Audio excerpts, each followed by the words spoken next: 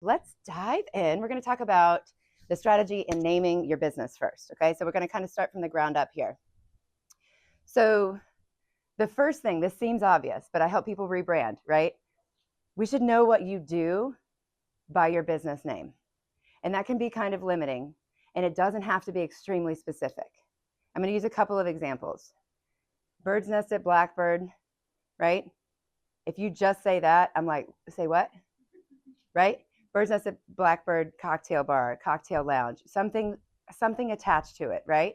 Now, Bird's Nest at Blackbird is an interesting example because they're leaning on Blackbird Brewery, and everybody kind of already knew who they were, and the idea was kind of to stay underground.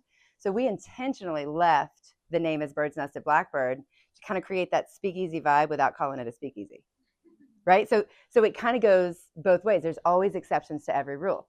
Now, Lighthouse Chiropractic, it'd be pretty weird if you called your business was called Lighthouse, right? It's like, wait a minute, what is that, right? Unita Marketing. What if I was just called Unita Enterprises or Unita Incorporated, right? I don't have to say Unita Comprehensive Marketing Agency that specializes in search engine optimization. That's a mouthful.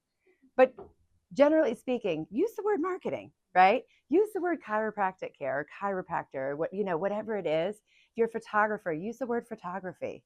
But if photography is too specific, if you're video and photography, then maybe you say content creator or, something that, what you want to do is you want to take all the things that you do and you want to zoom out and find one or two words that comprises that.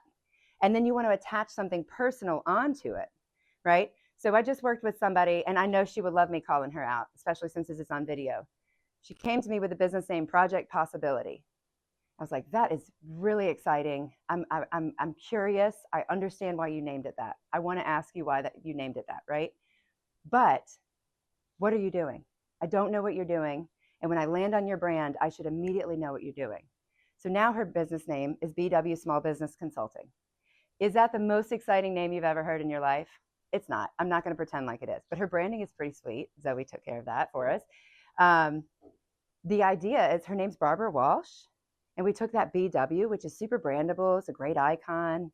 And we assigned small business consulting. That sums it up. Now, Barbara is she's one of those chief financial officers. She's like a financial guru. She came from corporate America, was tired of the grind.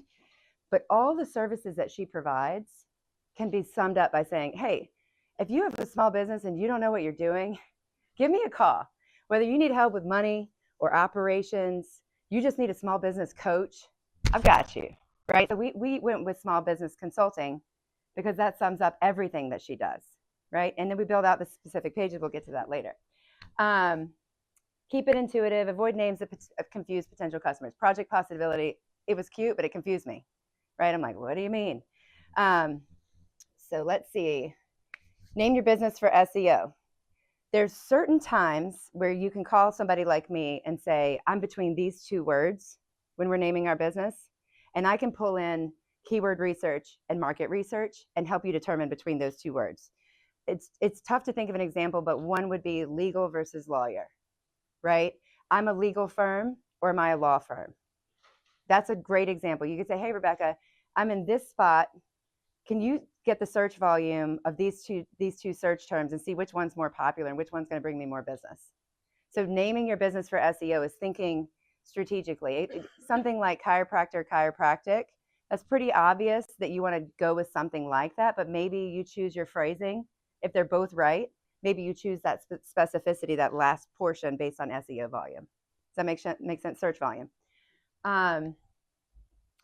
Yeah. Okay. This is like, if you really want to search online, show up online quickly, you can use your main service plus your location, and you will see those businesses, and they kind of make you roll your eyes a little bit, like Raleigh Painting Company, and you're like, really? But guess what? They're showing up, and that's why you saw them. So if you're doing the get rich quick thing and you're going to package this thing up and sell it in 3 years, you might want to call it Raleigh Painting Company because you're going to rank faster, right? It is boring, and I don't recommend it to my clients because it makes you roll your eyes and you don't really want to call them. But it's worth mentioning. It will help you show up faster.